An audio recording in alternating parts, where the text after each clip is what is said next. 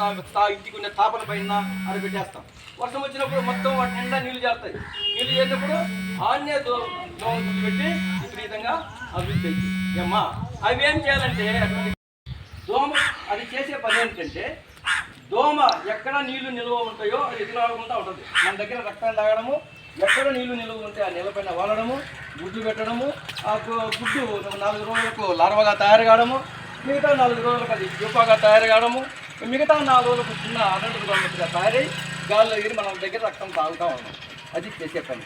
ఆ కూలర్లో కింద కార్కు ఉంటుంది, కింద కూలర్లో పాఠం. ఆ కార్కి తీసేసి కింద ఒక బౌల్ పెట్టి ఆ నీళ్ళు క్లీన్ చేసుకోవాలి. శుక్రవారం ఒక రోజు మనం డ్రైడే అని అంటున్నాం.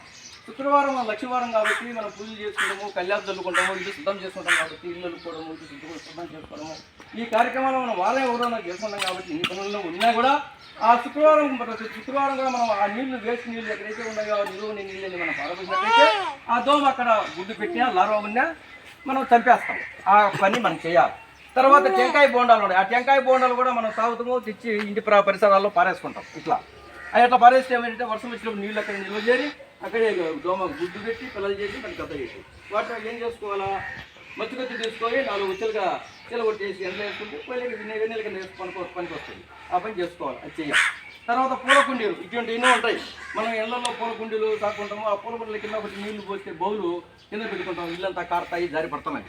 ఆ బౌల్లో కింద కారి నీళ్ళని అక్కడే ఉండి దోమలు అక్కడే వాలి ఈ గుడ్లు పెట్టి పిల్లలు చేస్తాయి. అది కొంచెం మనం చూసుకోవాలి. తర్వాత ఇళ్ళల్లో అంతా ఇప్పుడు గ్రైండర్లు ఉంటాయి.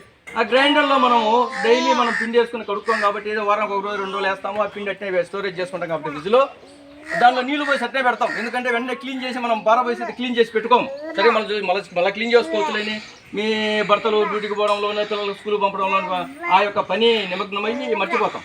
మనం వెంటనే దాన్ని కూడా క్లీన్ చేసేసుకోవాలి వాటర్ లేకుండా. నీళ్ళు అక్కడే ఉంటే దోమ అక్కడే చేస్తాం. తర్వాత ఈ పంచాయతీ వాళ్ళు మనకు నీళ్లు డైలీ మనకు రెగ్యులర్గా వదలలేరు కదా. ఒక లైన్ ఒక వారము, ఒక లైన్ ఒక వారము, వారానికి రోజు